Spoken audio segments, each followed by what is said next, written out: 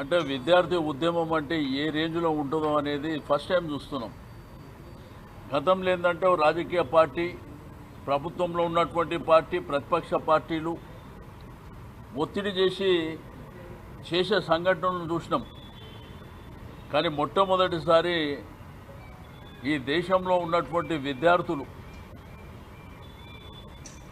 దేశవ్యాప్తంగా ఆందోళన చేయడమే కాకుండా వాళ్ళ ప్రధానమైనటువంటి డిమాండ్ నీట్ పేపర్ లీక్ అయినటువంటి సందర్భంలో వాళ్ళ జీవితాల మీద, వాళ్ళ కుటుంబాల జీవితాల మీద, వారి యొక్క భవిష్యత్తు మీద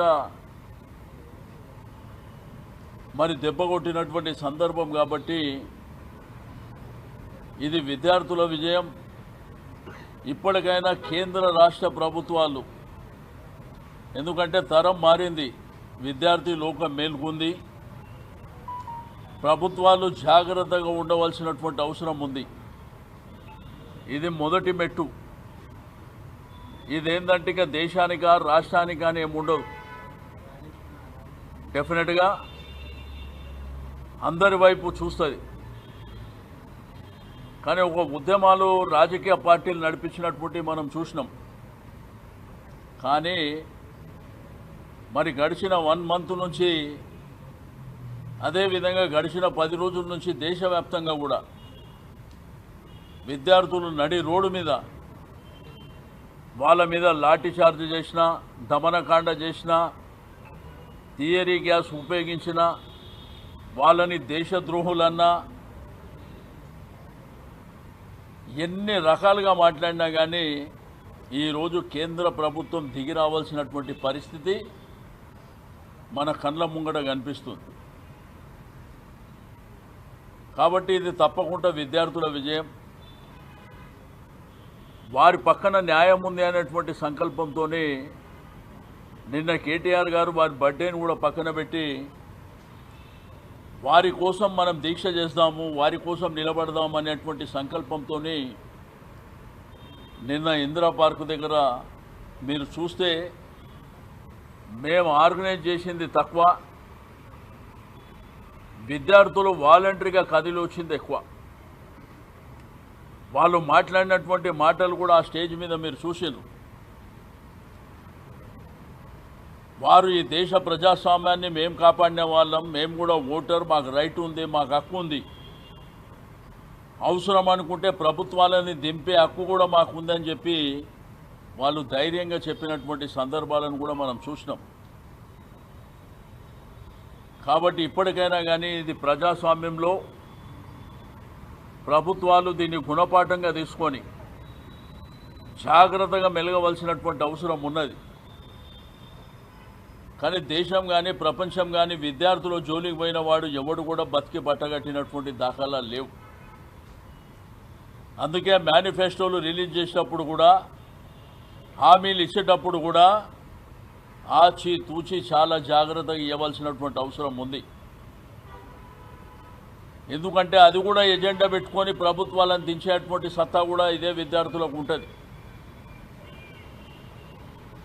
కాబట్టి నేను నా రాజకీయ అనుభవంలో చెప్తున్నా, నా 32 ఏళ్ళ రాజకీయ అనుభవంలో ఫస్ట్ టైం చూస్తున్నా, రాజకీయ పార్టీలకు సంబంధం లేకుండా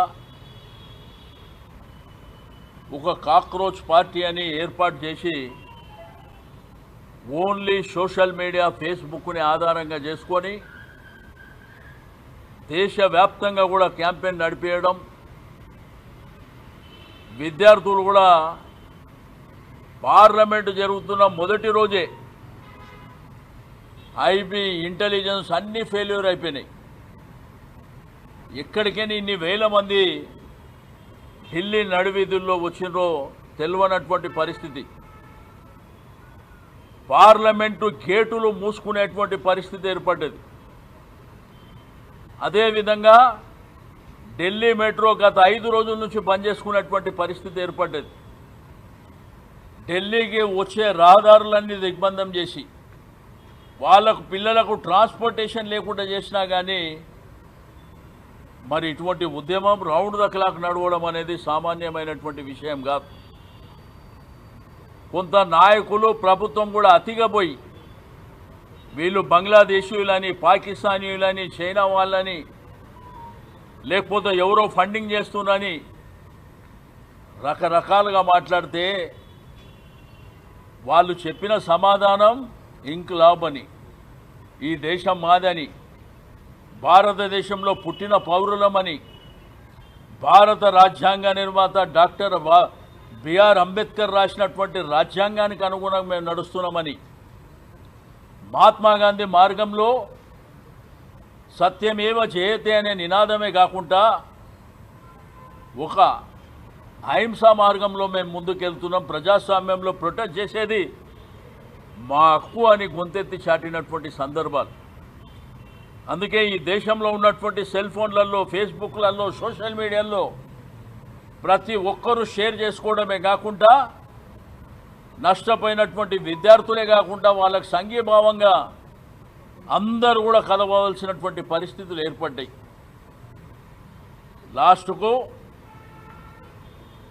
కేంద్ర మంత్రివర్యులైనటువంటి ధర్మేందర్ ప్రధాన్ గారు రిజైన్ చేసేటువంటి పరిస్థితులు ఉత్పన్నమైనటువంటి విషయాన్ని కూడా నేను ఈ సందర్భంగా తెలియజేస్తూ, వారికి విద్యార్థులకు